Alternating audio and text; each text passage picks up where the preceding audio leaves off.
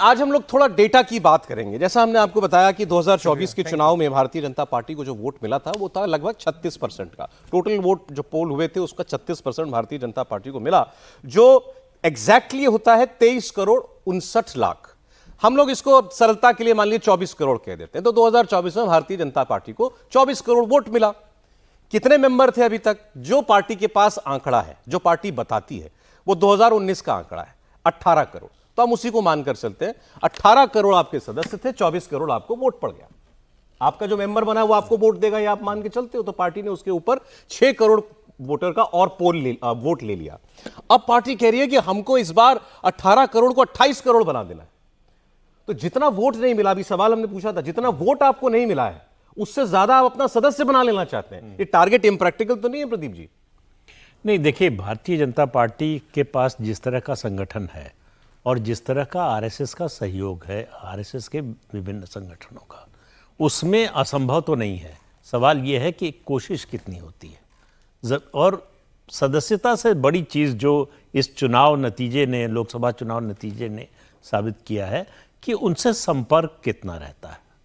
आपका अपने मतदाताओं से, कार्यकर्ताओं से संपर्क अगर नहीं है तो आप देखिए, पोलिंग परसेंटेज गिरता है तो सबसे पहले क्या बात कही जाती है कि भारतीय जनता पार्टी का वोटर नहीं निकला होगा। हालांकि दावा यह किया जाता है कि सबसे मजबूत संगठन भाजपा के पास है, भाजपा में ही शक्ति है कि वो अपने वोटर निकाल सकती है। तो ये दोनों एक विरोधाभासी बात जो है चलती रहती है। तो अभी जो नतीजे आए हैं उनसे पता चला है कि बीजेपी के वोटर्स में उतना उत्साह नहीं था जैसा 2019 में था। हर चुनाव में मुद्दे अलग होते हैं, उसकी वजह से उत्साह में कमी ज़्यादा होती रहती है, वो अलग बात है। लेकिन ये भारतीय जनता पार्टी के लिए ऐतिहासिक चुनाव था। उनकी पार्टी का कोई नेता प्रधानमंत्री के रूप में तीसरी बार सत्ता में आने वाला था। तो ये बहुत बड़ा ऐतिहासिक जो है अवसर था भारतीय जनता पार्टी के लिए, और उसको बड़ा बनाने का अवसर था कि वोट भी बढ़े, हमारा सीट भी बढ़े। लेकिन हुआ ये कि वोट भी घटा और सीट भी घटी। तो इस पर ज़्यादा मुझे लगता है कितने सदस्य बन गए उससे ज़्यादा चिंता की बात ये होनी चाहिए कि ये वोट देने निकलते क्यों नहीं है, या आप निकाल क्यों नहीं पाते। दोनों बातें अब से 29 के बीच में बहुत सारे चुनाव होंगे और फिर 29 का बड़ा चुनाव तो होगा ही, तो इसका इम्तिहान तो हो जाएगा। लेकिन बहुत से लोगों को लग रहा होगा कि ये 2024 का चुनाव में बीजेपी को वैसा अपेक्षित नतीजा नहीं मिला, इसलिए पार्टी ने अब यह अभियान शुरू किया है। बात मैं करूं आगे, प्रधानमंत्री नरेंद्र मोदी बीजेपी मुख्यालय पहुंच गए हैं। अब आगे कमान संभालेंगे देवेंद्र पराशर जी हाँ, ये बीजेपी मुख्यालय का जो एक्सटेंशन बिल्डिंग है वहाँ पे सौरभ पहुंचे हुए हैं। और जिस बात को लेकर आपने जो संदेश जाहिर किया था ना, आगे उस पर हम लोग बात करेंगे। वो संदेश ऐसा भी नहीं है कि निर्मूल है, इसमें दोनों टारगेट प्रैक्टिकल है कि नहीं? हाँ, उसमें कई सारे फैक्ट्स ऐसे आप उठा के देखेंगे तो आपको लगेगा कि हाँ, बहुत सारी समस्याएं भी हैं इस अभियान में। लेकिन कोई भी पार्टी, अगर कोई भी संगठन अगर अपना टारगेट रखेगा, खासतौर पे बीजेपी और आरएसएस जैसा संगठन हो, तो ऐसा ही रखेगा और वो अपनी पूरी ताकत जरूर लगाते हैं, इसमें कोई दो राय नहीं। पहले के उदाहरण के आधार पर आगे जब हम लोग बातचीत करेंगे तो बताऊँगा कि कैसे बहुत सारी समस्याएँ आई थी, उसके बावजूद बीजेपी के संगठन ने अपनी ताकत झोंक के उन समस्याओं को दूर किया सदस्यता अभियान को लेकर। तो वो ज़रूर इस बार उसकी बहुत कड़ी परीक्षा होगी इस टारगेट को अगर अचीव करना है तो। जी, शुभराज जी भी आ गए स्टूडियो में। बहुत स्वागत शुभराज जी आपका।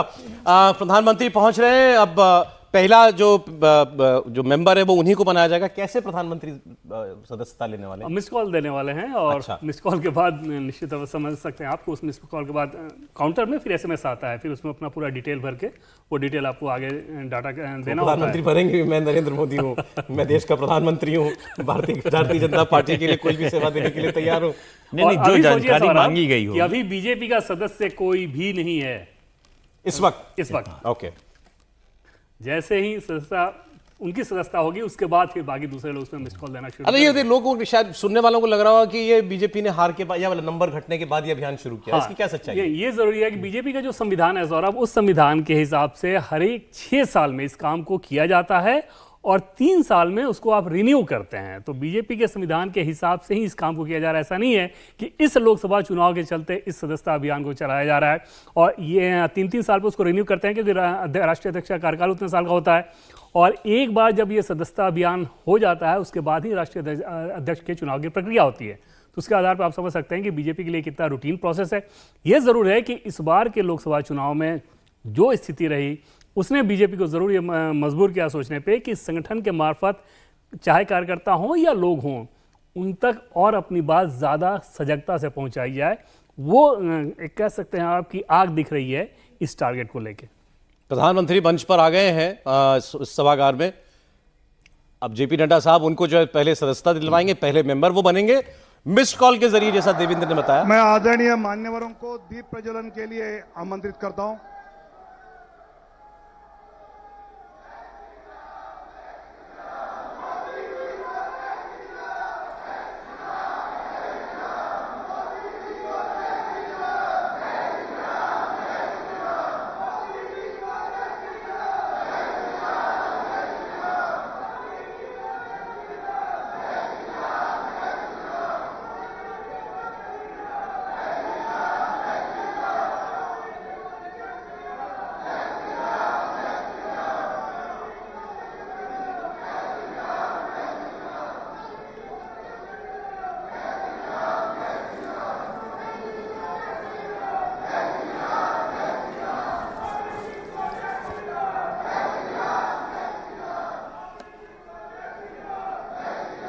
सभी बड़े नेता मौजूद हैं, मोदी जी, गृहमंत्री अमित शाह, रक्षा मंत्री राजनाथ सिंह, जेपी नड्डा। एक रेफरेंस के लिए आपको कुछ और आंकड़ा में दे रहा हूं। ये तो मैंने आपको बताया कि बीजेपी को जितने वोट इस बार पड़े हैं लगभग 24 करोड़, वो उससे ज्यादा अपने सदस्य बना लेना चाहती है 28 करोड़। मतलब जो मेंबर होगा वो तो वोट देगा, ये तो मान के चलती होगी पार्टी। 2014 में भारतीय जनता पार्टी के जो ऑफिशियल मेंबर्स थे उनकी संख्या थी 11 करोड़, जिसको बढ़ाकर 2019 में पार्टी ने 18 करोड़ कर दिया। 7 करोड़ मेंबर्स उसने जोड़ दिए। और तरीका यही होता है मिस्ड कॉल वाला।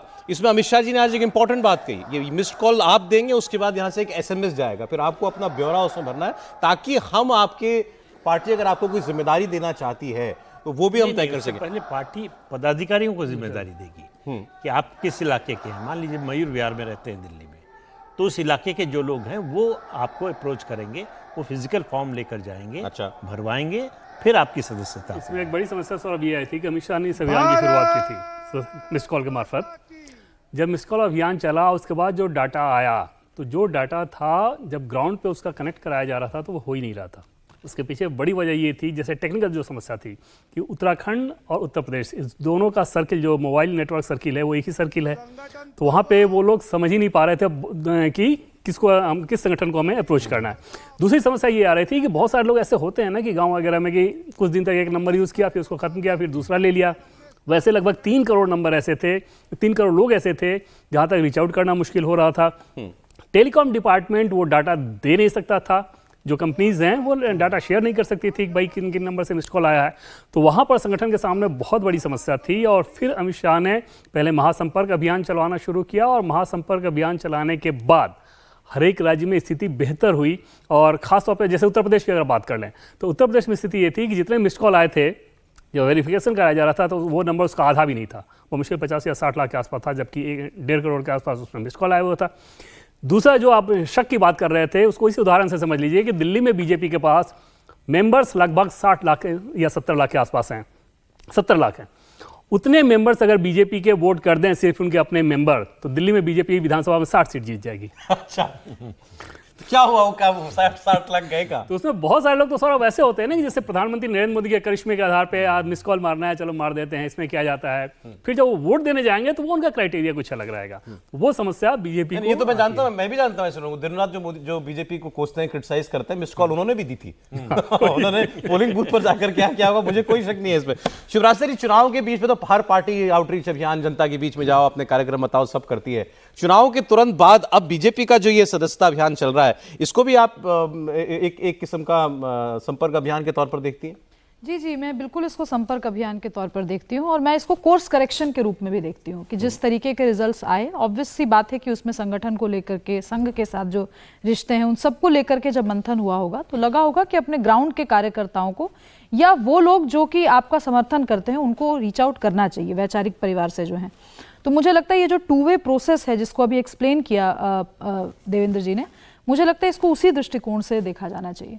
और बीजेपी इस अगर इलेक्शन मशीनरी की हम बात करें तो मशीनरी तो बीजेपी के पास हमेशा से स्ट्रांग रही ही है इस पे चर्चा आज परिचर्चा इस बार होती थोड़े भी रहती नटबोल्ट है। ढीले मालूम पड़े ना, लेकिन 24 में जी जी जी जी बिल्कुल, नट बोल्ट ढीले मालूम पड़े, लेकिन नट बोल्ट बिल्कुल टूट करके गिरे नहीं थे। तो उसी को मुझे लगता है पेचकस से कसने की तैयारी है।